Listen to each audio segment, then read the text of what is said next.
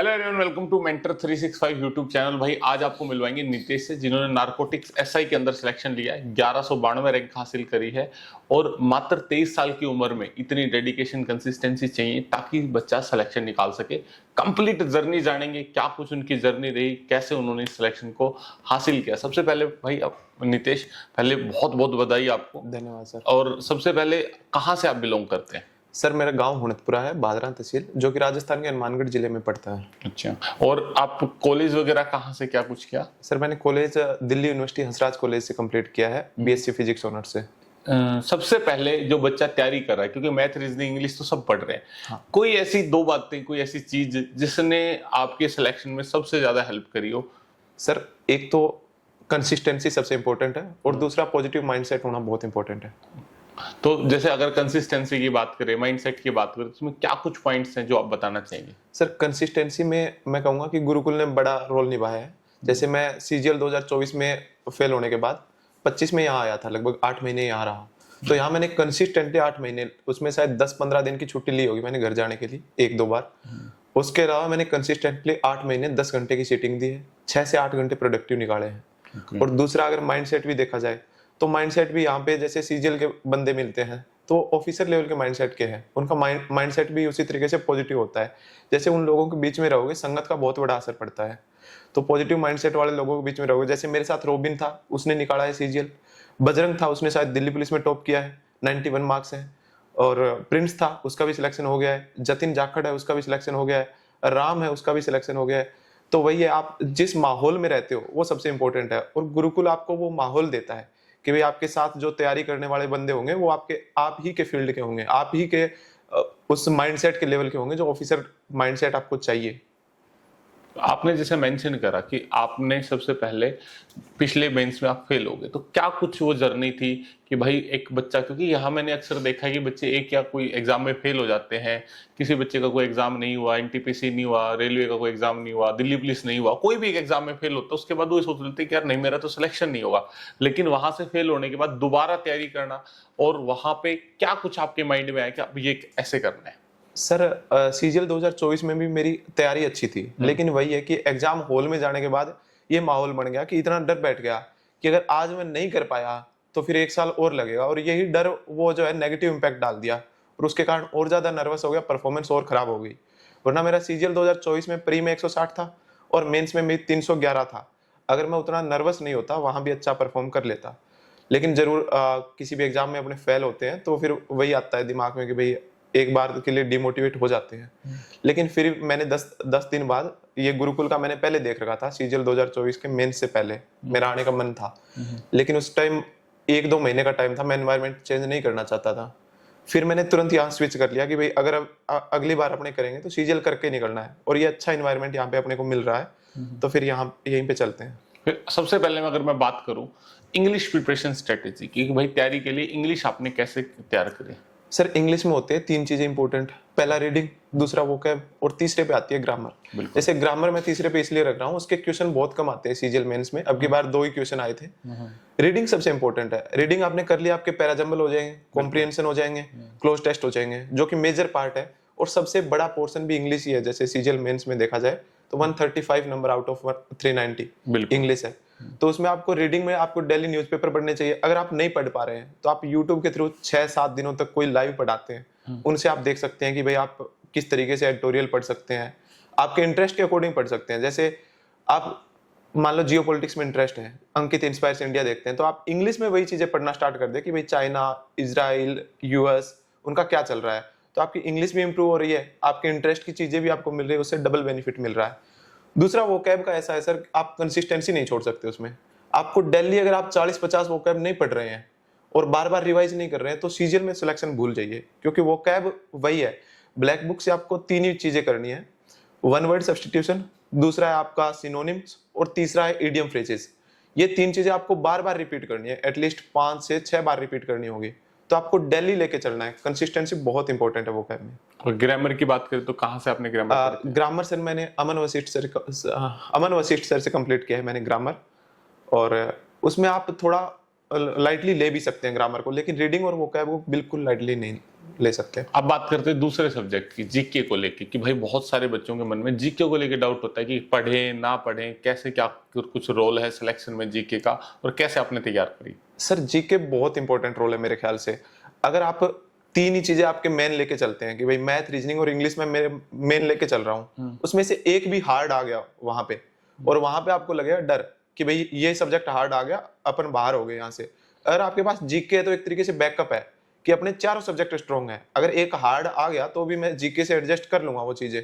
तो जीके मैंने किया है करियरविल के अभिषेक सुमन सर से, फिर किया है मैंने परमार सर से, और मल्टीपल रिवीजन वहीं पर बहुत रोल निभाते हैं। ठीक है, अब बात करते हैं मैथ की, कि मैथ के लिए क्या स्ट्रेटेजी रखी है, अर्थमेटिक के लिए, एडवांस के लिए, और आपने कहाँ से उसको प्रिपेयर किया? सर अर्थमेटिक के लिए वीरेन मैथ्स करके एक यूट्यूब चैनल है, और उसमें वो मैराथन डालते हैं। जितनी भी मैराथन उन्होंने डाली है, उनके अलावा उस यूनिट से कोई क्वेश्चन नहीं उठेगा, चाहे सीजीएल में आपको एडिक्विटी आ जाए, टीसीएस आ जाए, कोई भी कंपनी आ जाए, उनकी मैराथन अर्थमेटिक में कंप्लीट है। और मेंसुरेशन में अगर आप देखना चाहे तो आप गगन प्रताप सर की देख सकते हैं, 18 से 20 घंटे की जो ज्योमेट्री क्लासेस है, मेंसुरेशन की क्लासेस है।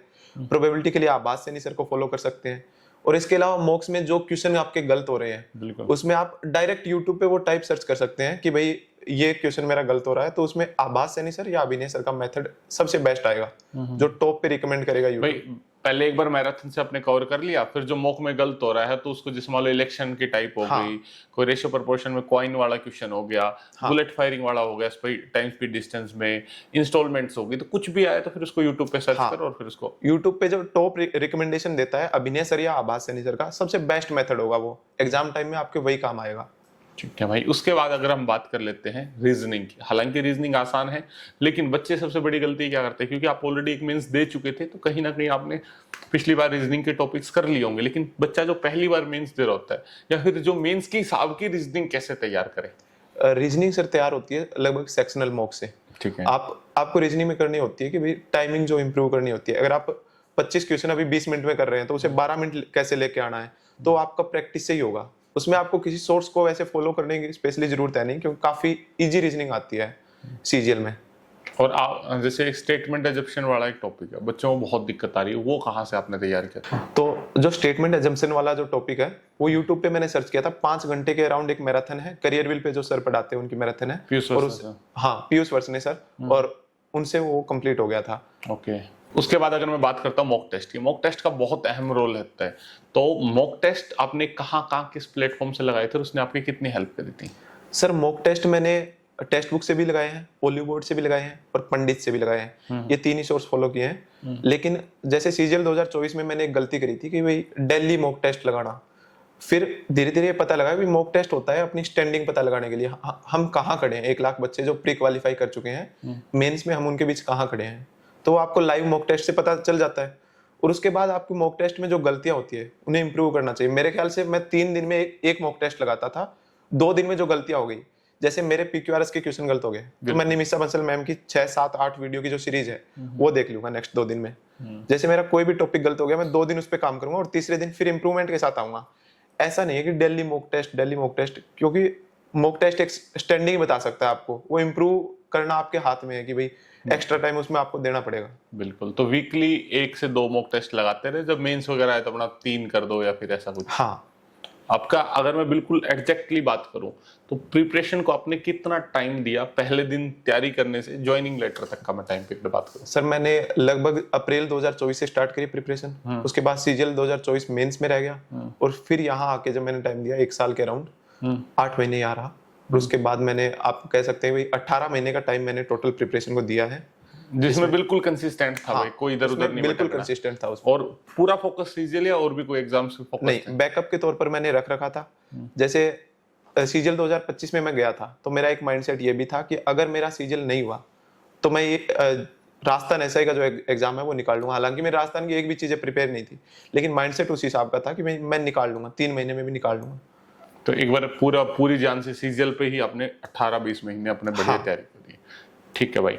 अगर इसके बाद में अगर बात करूं, तो आपके मार्क्स बहुत अच्छे हैं इस बार मेंस में, 343 या 347 मार्क्स आपके। Yes sir. और अगर इन मार्क्स के अकॉर्डिंग देखें तो आपको और भी अच्छी पोस्टिंग मिल सकती थी, तो नारकोटिक एसआई ही क्यों चूज किया आपने? सर जैसे मैं बता रहा हूँ 18 महीने मेरे को लग गए एग्जाम क्रैक करने में, गवर्नमेंट एग्जाम। तो काफी दिन हो गए सीटिंग में, तो फिर मैं चाहता था कोई फील्ड जॉब मिले। और फील्ड जॉब में अगर देखा जाए इंस्पेक्टर में, इनकम टैक्स इंस्पेक्टर, तो वो भी 10-1% फील्ड जॉब है, 90% वो डेस्क जॉब ही है। तो मेरे को नारकोटिक्स ऐसा ही एक अच्छा कॉम्बो लगा कि भाई होम पोस्टिंग भी है, फील्ड जॉब है, इसलिए मैंने इसी को प्रेफर किया। तो भाई जो तैयारी कर रहे हैं, अगर आपके और भी कुछ डाउट है तो आप कमेंट में डालना, ताकि हम आपको अगले कोई पॉडकास्ट में उससे और पूछेंगे। तो आगे के लिए अगर मैं बात करूं तो अभी आगे की क्या कुछ प्लानिंग है? सर आगे के लिए या तो मैं राजस्थान में सिविल सर्विसेज की तैयारी करूंगा, या फिर अपना खुद का कोई बिजनेस स्टार्टअप जो पार्ट टाइम में कर सकता हूँ, संभाल सकता हूँ। ठीक है भाई। और तो भाई जो बच्चे घर से तैयारी कर रहे हैं या जो देख रहे हैं, जो 2026 या 27 के अपकमिंग एग्जाम्स को टारगेट कर रहे हैं, चाहे कोई भी एग्जाम हो, तो क्या लास्ट वर्ड्स हैं कि भाई उनको सिलेक्शन के लिए क्या करना चाहिए? भाई जो भी अपकमिंग एग्जाम की तैयारी कर रहे हैं उनके लिए सबसे इंपॉर्टेंट है वो अपने माइंड सेट पे काम करे, कंसिस्टेंसी बनाए रखे, और उन्हें जो डायरेक्शन है वो एक राइट डायरेक्शन मिले। अगर आप ये सारी चीजें कर पा रहे हैं, आपका माइंडसेट सही है, आप कंसिस्टेंसी बना रहे हैं, आपको सही डायरेक्शन में आप काम कर रहे हैं, तो बेटर है। अगर नहीं कर पा रहे हैं तो मेंटर 365 आप आ सकते हैं बेशक। भाई देखो, एक सिंपल सी चीज आप लेके चले लाइफ में, माइंडसेट। भाई ने जो बात कही, कहीं भी जाओगे, किसी भी फील्ड में जाओगे तो माइंडसेट आपको हमेशा देखने का मिलेगा, और पॉजिटिव आउटलुक, चीजों को देखने का पॉजिटिव नजरिया आपको बना के चलना पड़ेगा। कंसिस्टेंसी, 10 घंटे पढ़ना ही पड़ेगा, 1 से 1.5 साल 10 घंटे पढ़ना पड़ेगा। लाइब्रेरी जाके वापस आ रहे हो तो नहीं बात बनेगी, 10 घंटे आप पढ़ो बढ़िया तरीके से। तीसरी चीज मेंटरशिप, जो सिलेक्टेड कैंडिडेट्स हैं उनके आप जैसे पॉडकास्ट हो गए या वैसे उनसे मिलो, उनसे जानो, या जो सिलेक्टेड टीचर्स आजकल मेंटरशिप वगैरह दे रहे हैं, तो उनसे बिल्कुल राइट डायरेक्शन और बिल्कुल पिन पॉइंट स्ट्रेटेजी आपके पास होनी चाहिए कि ऐसे ऐसे करेंगे तो सिलेक्शन हो जाएगा। तो ये चीजें आप फॉलो करोगे अपनी लाइफ में तो आप भी सिलेक्शन के लिए आगे बढ़ोगे। बाकी सभी को बेस्ट ऑफ लक। जय हिंद भाई।